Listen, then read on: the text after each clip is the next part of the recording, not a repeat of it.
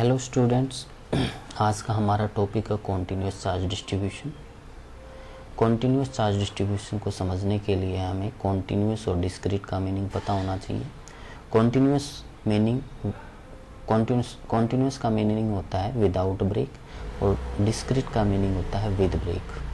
जैसे कि आप देख रहे हो, ये विद ब्रेक है और ये विदाउट ब्रेक है, तो इसको हम कॉन्टिन्यूस कहेंगे और इसको हम डिस्क्रीट मैनर में कहेंगे। अब यदि हम इन डॉट्स को इलेक्ट्रॉन्स माने तो यहाँ पे चार्ज डिस्क्रीटली डिस्ट्रीब्यूटेड है और यहाँ पे चार्ज कॉन्टिन्यूसली डिस्ट्रीब्यूटेड है। अब क्वेश्चन ये है, क्या हम डिस्क्रीट चार्ज डिस्ट्रीब्यूशन को कॉन्टिन्यूस चार्ज डिस्ट्रीब्यूशन में कन्वर्ट कर सकते हैं? तो हाँ, कर सकते हैं।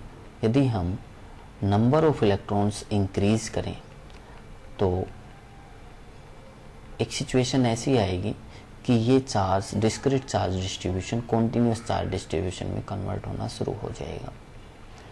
तो ये सिचुएशन कब आएगी completely? When charge distributed on body is much greater than the charge on one electron. तो हम चार्ज डिस्ट्रीब्यूशन को कॉन्टिन्यूस चार्ज डिस्ट्रीब्यूशन बोल सकते हैं।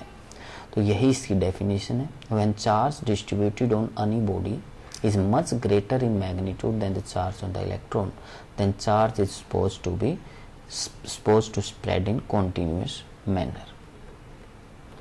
तो शायद आप समझ गए होंगे continuous charge distribution क्या होता है। अब types of continuous charge distribution, 3 types के continuous charge distribution होते हैं। फर्स्ट, linear charge distribution, जब चार्ज को किसी ऐसी बॉडी पर डिस्ट्रीब्यूट किया जाए जिसकी लेंथ उसकी ब्रेथ और विड्थ के कंपैरिजन में बहुत ज़्यादा होती है, तो उसको हम लीनियर चार्ज डिस्ट्रीब्यूशन कहते हैं। ऐसी बॉडी को हम वन डायमेंशनल बॉडी कहते हैं। सेकेंड टाइप का चार्ज डिस्ट्रीब्यूशन होता है surface charge distribution. Surface charge distribution ऐसे चार्ज डिस्ट्रीब्यूशन को बोलते हैं जो ऐसी बॉडी पर किया जाता है जिसकी लेंथ और ब्रेथ होती है बट उसकी विड्थ नेग्लिजिबल होती है। फॉर एग्जाम्पल पेपर में लेंथ और ब्रेथ उसकी विड्थ के कंपैरिजन में बहुत ज़्यादा होती है, इसलिए विड्थ को नेग्लिजिबल मान सकते हैं। तो ऐसी बॉडी पर यदि चार्ज को डिस्ट्रीब्यूट किया जाए तो हम उसको सरफेस चार्ज डिस्ट्रीब्यूशन कहते हैं। थर्ड टाइप का charge distribution volume charge distribution होता है। वॉल्यूम चार्ज डिस्ट्रीब्यूशन मीन्स ऐसी बॉडी पर चार्ज को डिस्ट्रीब्यूट किया जाए जिस बॉडी की लेंथ, ब्रेथ और विड्थ तीनों होती हैं, तो उसको हम वॉल्यूम चार्ज डिस्ट्रीब्यूशन बोलते हैं। और इस टाइप की बॉडी को हम 3 डायमेंशनल बॉडी कहते हैं। और सरफेस चार्ज डिस्ट्रीब्यूशन टाइप की जो बॉडी होती है उसको 2 डायमेंशनल और linear charge distribution type body को हम 1 डायमेंशनल बॉडी बोलते हैं। तो वॉल्यूम चार्ज डिस्ट्रीब्यूशन का एक एग्जाम्पल है, फॉर एग्जाम्पल वाटरमेलन में जैसे सीड्स होते हैं, यदि उसी टाइप से चार्ज को डिस्ट्रीब्यूट किया जाए तो हम उसको वॉल्यूम चार्ज डिस्ट्रीब्यूशन कहेंगे। तो ये था कॉन्टिन्यूस चार्ज डिस्ट्रीब्यूशन। अब कॉन्टिन्यूस चार्ज डिस्ट्रीब्यूशन के केस में कूलॉम्स लॉ को किस तरह से अप्लाई किया जाएगा? आप सभी जानते हैं कि कूलॉम्स लॉ को केवल पॉइंट चार्ज पे अप्लाई किया जाता है। पॉइंट चार्ज का क्या मीनिंग होता है? इसके लिए हम यहाँ जूम करते हैं। Suppose this is a charge Q and this is charge Q not. इनके बीच में यदि फोर्स निकालना हो तो हमें इनके बीच का डिस्टेंस पता होना चाहिए R। अब इस केस में आप देख रहे हो कि चार्ज Q का साइज इस R डिस्टेंस के कंपैरिजन में बहुत स्मॉल है। साइज मतलब यहाँ डायमीटर, इसका डायमीटर इस डिस्टेंस के कंपैरिजन में बहुत स्मॉल है। तो इस सिचुएशन में हम इसको पॉइंट चार्ज बोल सकते हैं। तो कूलॉम्स लॉ इस तरह की बॉडी के लिए एप्लीकेबल है, इस तरह की बॉडी के लिए एप्लीकेबल नहीं है। बट यदि हमें कूलॉम्स लॉ यहाँ पे अप्लाई करना है तो हमें इसको पहले पॉइंट चार्ज बनाना पड़ेगा। पॉइंट चार्ज बनाने के लिए हम ये मान के चलते हैं कि ये body very large number of small part से बनी हुई है और ऐसा ही एक स्मॉल पार्ट हम यहाँ पे DL अज्यूम कर सकते हैं। तो ये इतना स्मॉल हम ले सकते हैं कि हम इसको पॉइंट चार्ज अज्यूम कर सकें।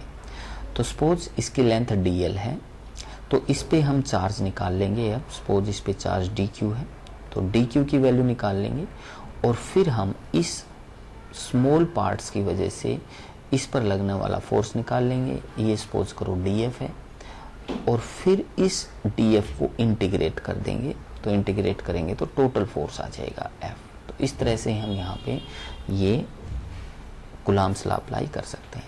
तो चलो डी क्यू निकालते हैं। डी क्यू कैसे निकालेंगे? डी क्यू निकालने के लिए हम ये एज्यूम करते हैं कि इसकी टोटल लेंथ एल है और इस टोटल लेंथ पे चार्ज है सपोज क्यू।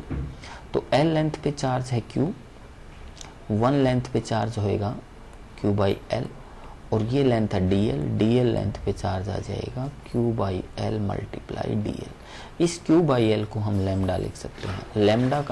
लैम्डा यहाँ पे है लीनियर चार्ज डिस्ट्रीब्यूशन, तो डी क्यू की वैल्यू आ जाएगी लैम्डा मल्टीप्लाई डी एल।